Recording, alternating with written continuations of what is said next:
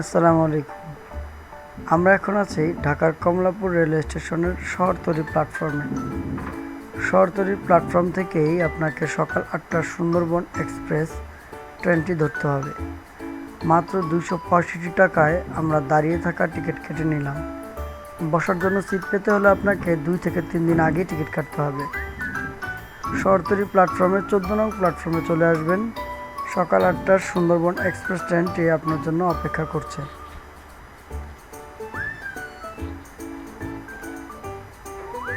আমরা অনেকটা উচ্ছ্বসিত ছিলাম, কেননা আমাদের বাড়ির পাশ দিয়েই এই ট্রেনের পথটি তৈরি হয়েছে। কিভাবে উপর দিয়ে যায় তার একটা প্রশ্ন সারাক্ষণ মনে জেগেই ছিল। সেই প্রশ্ন থেকে আমাদের আজকের এই যাত্রা। আমরা ভেবেছিলাম যেহেতু স্ট্যান্ডিং টিকিট, তাই যে কোনো একটা বগিতে উঠে পড়ব। তাই তড়িঘড়ি করে না উঠে কিছুক্ষণ ট্রেনের সামনে আমরা অপেক্ষা করি।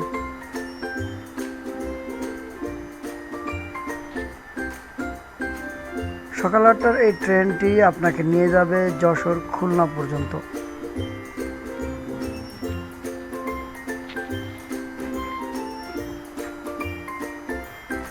ট্রেন সকাল ঠিক ৮টায় ছাড়বে। কোনো বিলম্ব না করেই আমাদের সাথে রওনা হয়ে গেল। চলতে চলতে ট্রেন উপরের লাইনের দিকে উঠে যাওয়ার পরেই অদ্ভুত দৃশ্য মনে হলো। আমি সচরাচর নিচের ট্রেনে যাতায়াত করে অভ্যস্ত ছিলাম। আমি বুঝতে পারছিলাম না ঢাকা নারায়ণগঞ্জ রেলওয়ে স্টেশনে প্ল্যাটফর্মের ট্রেনগুলো এত ধীরগতিতে চলে, তার মধ্যে এটা এত পার্থক্য। উপরের লাইনে উঠতেই ট্রেনের গতি ডাবল হয়ে গেল। ৩০-৪০ স্পিডে চলার সময় মনে হচ্ছিল স্বাভাবিক, কিন্তু উপরে ওঠার পরে অবাক করার মতো। একেবারে ৪০-৫০ নয়, ৮০-৯০-১০০ পর্যন্ত স্পিড ছিল। মনে মনে ভাবছিলাম যেহেতু উপর দিয়ে তাই হয়তো আসতেই চলবে, আর নিচে থেকে মনে হচ্ছিল সবসময় আসতেই চলে। প্রচণ্ড শব্দ করে ১০০ স্পিডে গাড়ি চলছে। এই মুহূর্তে আমরা চলে এসেছি ঢাকার বুড়িগঙ্গা নদীর তীরে, অর্থাৎ পাগলা আলীগঞ্জ হয়ে যে রাস্তাটি গিয়েছে সেই পথে। বুড়িগঙ্গার উপর দিয়ে যাওয়ার সময় মনোমুগ্ধকর দৃশ্য দেখতে দেখতে আমরা চলছি।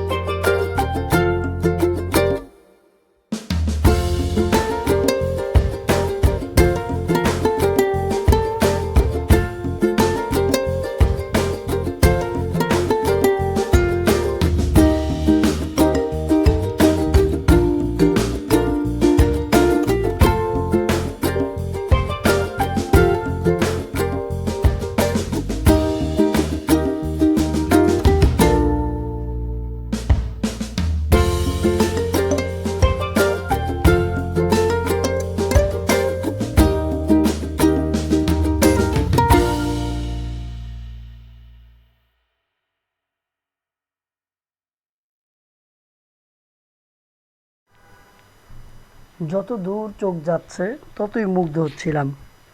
এবার মনে হচ্ছিল ধলেশ্বরী নদীর উপর দিয়ে যাচ্ছি। ট্রেন যাত্রা আসলে এত মনোমুগ্ধকর হয় আমার আগে জানা ছিল না। তবে মাত্র অল্প খরচে ২৬০ টাকার টিকিট আমাকে যে তৃপ্তি দিয়েছে তা কখনোই আমি পাইনি অন্য কিছুতে। ট্রেন তার দুর্বার গতিতে চলছে, আমাদেরকে নিয়ে যাবে আজকে ফরিদপুর ভাঙ্গা পর্যন্ত।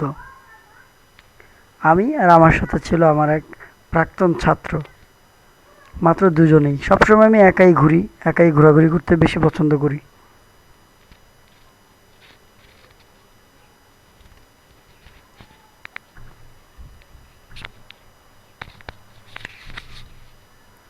কখনো কখনো পথগুলো, দৃশ্যগুলো দেখতে দেখতে মনে হচ্ছিল কোনো অচেনা রাস্তা বা অচেনা কোনো রাস্তায় আমি চলে যাচ্ছি। প্রায় সময় খেয়াল করছিলাম ট্রেন মাঝে মাঝে দ্রুত চলতে চলতে আবার নিজেকে সামলে নিচ্ছে। মনে হচ্ছিল নতুন রাস্তা, এই বুঝি কোনো সমস্যা।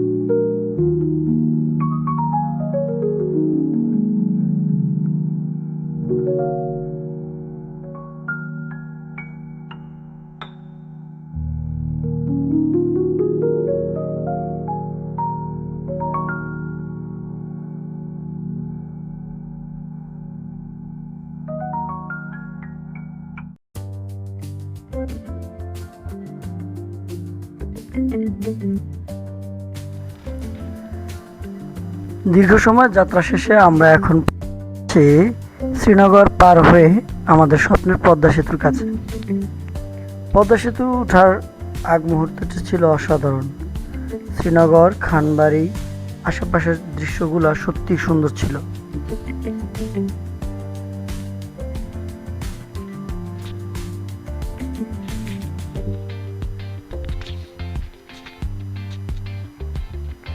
রোড ট্রিপ বলতে আমরা যা বুঝি সেই ভ্রমণ হিসেবে ঢাকা টু ভাঙা পর্যন্ত বা ফরিদপুর বা আরও বেশি যদি আপনি যান, ট্রেনের ভ্রমণ আপনাকে হতাশ করবে না, আমি নিশ্চিত দিতে পারি। চারপাশের মনোমুগ্ধকর আবহাওয়া, পরিবেশ সবকিছু মিলিয়ে একাকার সৌন্দর্য। আর বর্ষার মৌসুমে আকাশ মেঘলা ছিল বলে আমাদের স্ট্যান্ডিং টিকিট বা দাঁড়িয়ে থাকা গেটের সামনে কখনোই খারাপ লাগেনি। মেঘলা আকাশ, চারদিকে সবুজ ঘাস ও গাছ, প্রকৃতি যেন সব সৌন্দর্য আমাদেরকে ঢেলে দিয়েছিল। সত্যি অপরূপ এক ভ্রমণ ছিল। আমরা এখন খানবাড়ি পার হয়ে পদ্মা ব্রিজে উঠে পড়ব। পদ্মা ব্রিজ দেখা যাচ্ছে। গেটে যে ভাইটি দাঁড়িয়েছিল সে আমাকে বারবার বলছিল, ভাই কোথায় যাচ্ছেন, কোথায় যাবেন? তো আমি তাকে উত্তর না দিয়ে শুধু বলছিলাম, চলেন দেখি কত দূর যাওয়া যায়। আসলে সবাই যাত্রার জন্য যাচ্ছিল যার যার বাড়িতে, গন্তব্যে, প্রয়োজনে। আমরা যাচ্ছিলাম শুধুমাত্র আমাদের ভ্রমণের পিপাসা মেটাতে। আমাদের কোনো যাত্রা পথ হয় না, আমরা যেদিকে যাই পথ সেদিক তৈরি হয়ে যায়।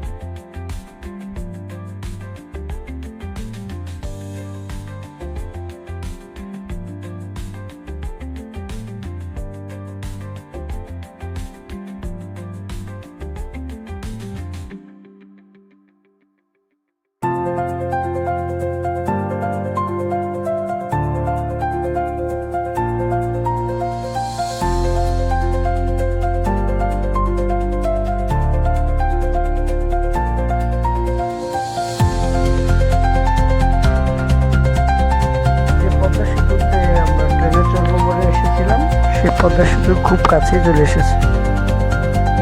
ট্রেনটি এখন আমাদের পদ্মা সেতুতে উঠে যাবে। খানবাড়ি মোড় পার হচ্ছে, এই কিছুক্ষণের মধ্যেই আমরা উঠে পড়বো পদ্মা সেতুর উপর।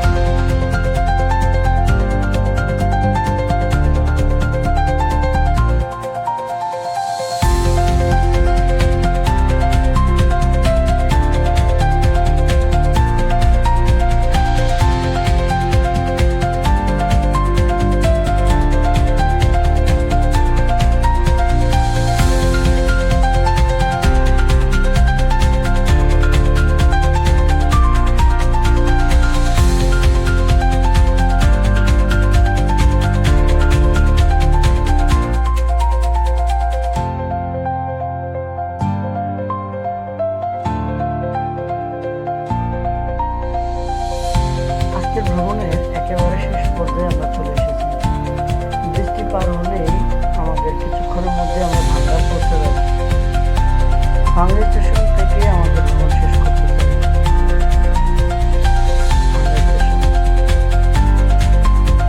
ভাঙ্গা স্টেশনটি এখনো একেবারে নিরিবিলি একটা জায়গা। পাশ থেকে কিছু অটো যাতায়াত করে, ট্রেন আসতে গেলে কিছু অটো দেখা যায়, এছাড়া ঠিকমতো অটো পাওয়া যায় না। লোকাল ট্রেনগুলো ঢাকা যেগুলো যায় না এই পর্যন্তই আসে।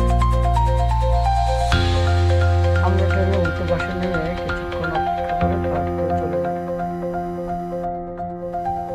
আজকে এই পর্যন্তই। আপনাদেরকে ধন্যবাদ জানিয়ে শেষ করতে চাই। আল্লাহ হাফেজ।